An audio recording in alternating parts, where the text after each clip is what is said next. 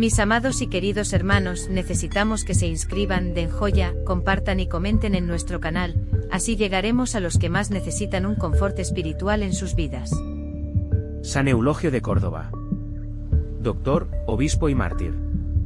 Prelado erudito, doctor de la Iglesia y principal ornamento de la católica España en el siglo IX.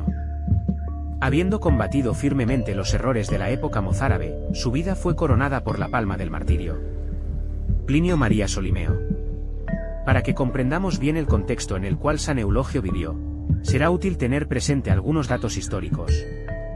Como vimos en el último mes, en la vida de San Leandro, los visigodos, pueblo germánico originario de Escandinavia, a comienzos del siglo V invadieron la península ibérica, la cual, a su vez, había sido invadida anteriormente por los vándalos, suevos y alanos, cuya población hispano-romana dominaron. Los nuevos invasores eran herejes arrianos, y católicos los hispano-romanos. Fue solo en el año 587 que el rey visigodo Recaredo abjuró de la herejía arriana, haciéndose católico con parte de sus súbditos. A pesar de dominar política y administrativamente el territorio peninsular, los visigodos nunca fueron capaces de realizar una colonización efectiva, por ser numéricamente inferiores al resto de la población. A comienzos del siglo VIII ellos ya estaban tan decadentes, que en 711 fue posible a los árabes, sirios, egipcios, persas y bereberes musulmanes, comandados por Tarik, oriundo de Tánger, atravesar el estrecho de Gibraltar y penetrar en la península ibérica, instaurando así lo que denominaron el Al-Andaluz. Sin embargo, los seguidores de Mahoma pretendían mucho más: conquistar la entonces Galia como cabeza de puente para controlar todo el Mediterráneo. Así, invadieron en 721 el sur del país, donde fueron detenidos por la bravura de Odón el Grande, duque de Aquitania, en la batalla de Tolosa. En un nuevo intento, en 732, Carlos Martel, mayordomo de palacio del reino de Austrasia, derrotó a Abderramán, del califato de Córdoba, en la batalla de Poitiers, liquidando con aquel sueño de conquista. Los moros se resignaron entonces a consolidar su expansión en la península ibérica. Ya en 722, un aguerrido grupo de españoles, teniendo al frente al valiente Don Pelayo, comenzó la heroica reconquista española venciéndolos en la famosa batalla de Covadonga. A partir de ahí, transcurrieron casi 700 años para que todo el país fuese reconquistado a los moros, lo que se produjo a raíz de la caída de Granada en 1492. A comienzos del siglo IX, época enfocada en el presente artículo, los islamitas estaban obligados a tolerar la práctica pública de la religión católica en sus iglesias y monasterios, cobrando, sin embargo, un tributo por cada cristiano.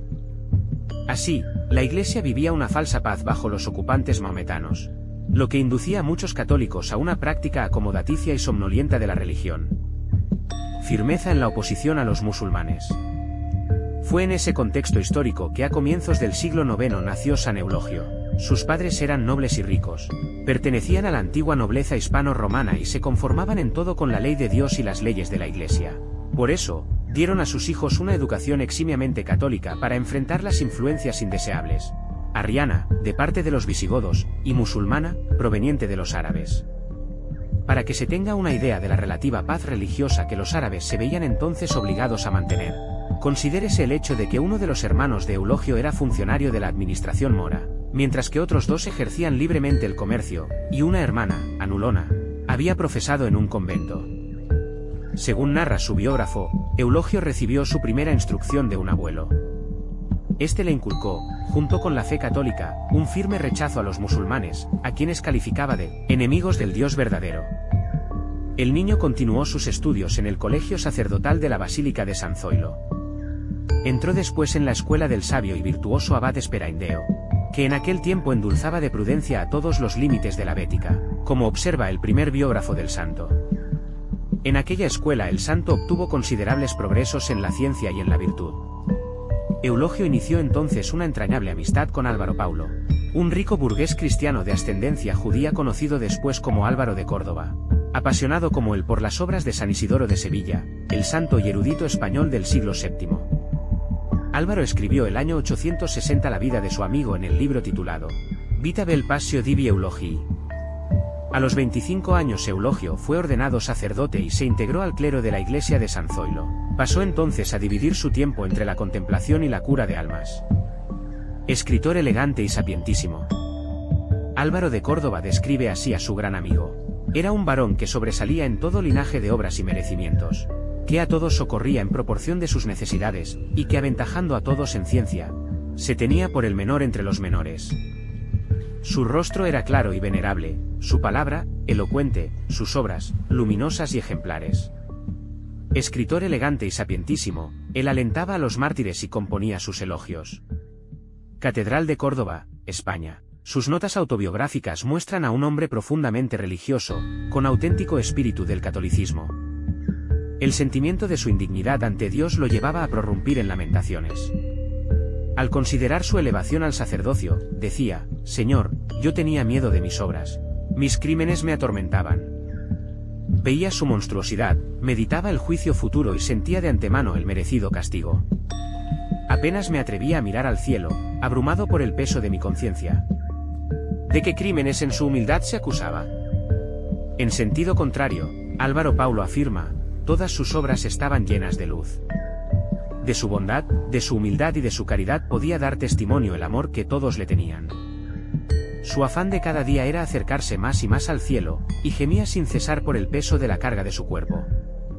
Recafredo, el indigno arzobispo de Sevilla. San Eulogio deseaba ardientemente realizar una peregrinación a la tumba de los apóstoles, en Roma. Sin embargo, como debía hacerlo a pie, atravesando los Pirineos y los Alpes, sus amigos y parientes lo disuadieron del proyecto. Viajó entonces por España y visitó, entre otros lugares, Cataluña, Zaragoza y Pamplona, animando a los cristianos a cada paso y adquiriendo libros latinos para su biblioteca. Al regreso se detuvo por algún tiempo en Toledo, procurando enfervorizar en la fe a los católicos de aquella ciudad. El año 850 el emir Abderramán II inició una persecución contra los cristianos, logrando que muchos de ellos despertaran de su somnolencia. En un auge de fervor, innumerables católicos defendieron su fe con ufanía, rechazando a Mahoma y a sus secuaces, y obteniendo así la corona del martirio. En tal circunstancia entró en escena Recafredo, arzobispo de Sevilla, que por temor o lisonja entró en composición con el emir.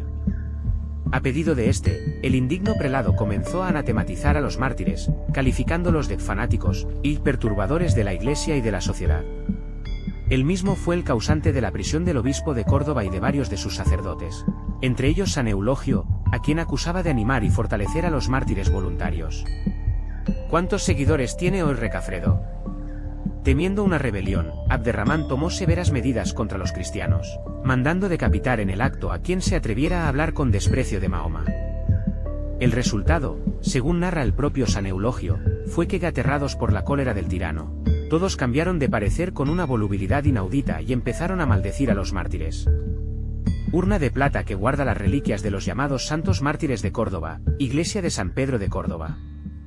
San Eulogio escribió en la prisión parte del Memorial de los Santos, una larga carta al obispo de Pamplona describiendo los martirios, así como el documento martirial, exhortación al martirio dedicada a las vírgenes Flora y María, también encarceladas por odio a la fe. Fortalecidas por Eulogio, ellas se presentaron sin temor frente al juez, dejándose inmolar por Jesucristo el 24 de noviembre de 851, día en que son celebradas en el calendario litúrgico. El día 29 de noviembre de ese mismo año San Eulogio fue liberado de la cárcel. El combate hermosísimo de San Eulogio. Al año siguiente, con la ascensión al trono de Muhammad, y se reiniciaron las persecuciones a los cristianos, las cuales continuaron con intermitencia mayor o menor en los años posteriores. En 857, San Eulogio escribió la Apologética de los Santos Mártires, contra aquellos que negaban la palma del martirio a los héroes de Jesucristo que se ofrecían libremente a sus verdugos. Al año siguiente, vacando la sede episcopal de Toledo, San Eulogio fue elegido arzobispo metropolitano por la admiración que ya despertaba en toda España.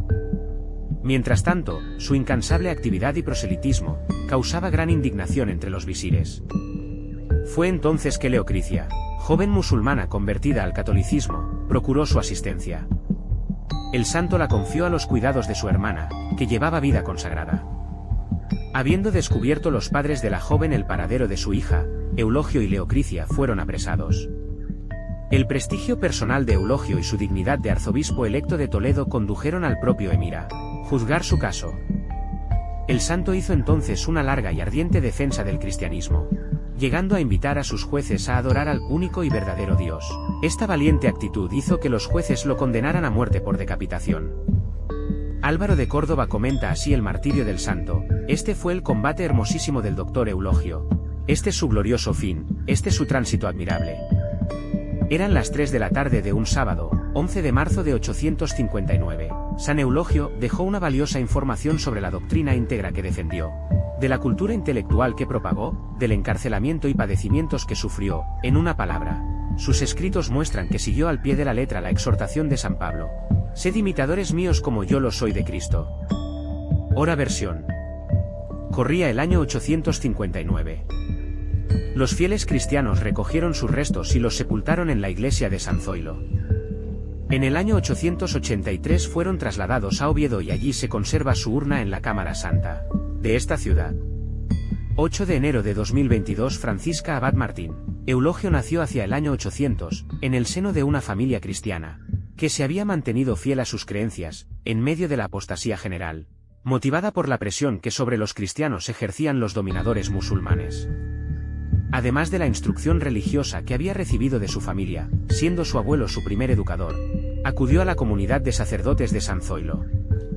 Allí hizo una gran amistad con otro condiscípulo, San Álvaro de Córdoba, quien se convirtió a la muerte de Eulogio en su primer biógrafo. Fue el amigo perfecto y confidente de sus santos ideales. Eulogio no tardaría en darse a conocer por su inteligencia, gran elocuencia y sobre todo por su integridad de vida.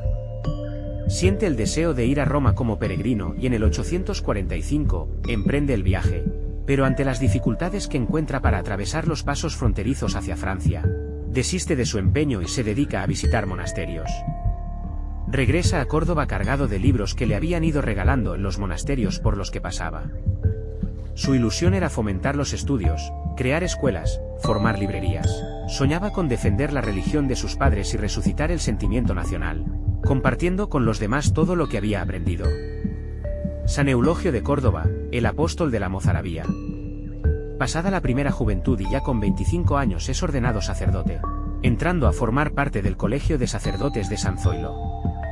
Aún no había persecución propiamente dicha, si bien las mismas leyes que habían impuesto los musulmanes hacían la vida imposible a los cristianos, pero a finales del reinado de Abderramán II la intolerancia se hizo más violenta y en los primeros meses del año 850 empezaron los martirios y las decapitaciones.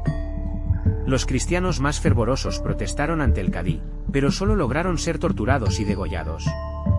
El maestro de San Zoilo, lejos de someterse, empezó a escribir un libro titulado Memorial de los Mártires. En el otoño del 851 se presentó la policía en su casa y se lo llevaron a la cárcel. Allí lee, reza, escribe y consuela a los cristianos que estaban encarcelados. A los pocos meses recobra la libertad, pero no renuncia a sus quehaceres. Su escuela de San Zoilo había sido destruida, pero él sigue siendo el maestro de los mozárabes a los que trató de proteger, como fue el caso de Lucrecia, una joven musulmana que convertida a Cristo era perseguida por los suyos. Eulogio la recogió en su casa y al poco tiempo los dos fueron detenidos por la policía que se presentó en la casa. Eulogio fue acusado de proselitismo y también de blasfemo por calificar a Mahoma de impostor, con lo que se hacía culpable de la pena de muerte y debía ser juzgado por los altos tribunales. Uno de los visires, por la admiración que le tenía, trató por todos los medios de salvarlo, pero todo fue inútil. Eulogio agradeció las buenas intenciones de su amigo, pero le respondió con estas palabras: según nos cuenta su biógrafo Álvaro de Córdoba, ni puedo ni quiero hacer lo que me propones. Oh, si supieses lo que nos espera a los adoradores de Cristo. Si yo pudiese trasladar a tu pecho lo que siento en el mío, entonces no me hablarías como me hablas y te apresurarías a dejar alegremente esos honores mundanos. Condenado a muerte, fue llevado al lugar del suplicio y al salir, un eunuco le propinó una sonora bofetada, a lo que el Eulogio respondió ofreciéndole la otra mejilla. Ya en el cadalso se arrodilló, tendió las manos al cielo, pronunció una breve plegaria, hizo la señal de la cruz sobre su pecho y presentó tranquilamente la cabeza al verdugo. Con estas palabras nos lo cuenta su biógrafo Álvaro, teólogo y filósofo seglar: este fue el combate hermosísimo del doctor Eulogio, este su glorioso fin, este su tránsito admirable. Eran las 3 de la tarde del 11 de mayo. El 15 de mayo, 3 días después, era también decapitada su protegida Lucrecia. Corría el año 859. Los fieles cristianos recogieron sus restos y los sepultaron en la iglesia de San Zoilo. En el año 883 fueron trasladados a Oviedo y allí se conserva su urna en la Cámara Santa de esta ciudad. Reflexión desde el contexto actual. Nos parece que la apostasía es solo algo que se daba en aquellos tiempos antiguos y difíciles, como agua pasada que ya no mueve molinos, pero si miramos a nuestro alrededor veremos otro tipo de apostasía. ¿Cómo calificaríamos los fenómenos de las iglesias vacías en países tradicionalmente católicos? ¿No es esto una apostasía masiva y silenciosa de los tiempos modernos? El olvido, la marginación, el vivir como si Dios no existiera, es una de las lacras que deberían inquietarnos y hacernos reflexionar.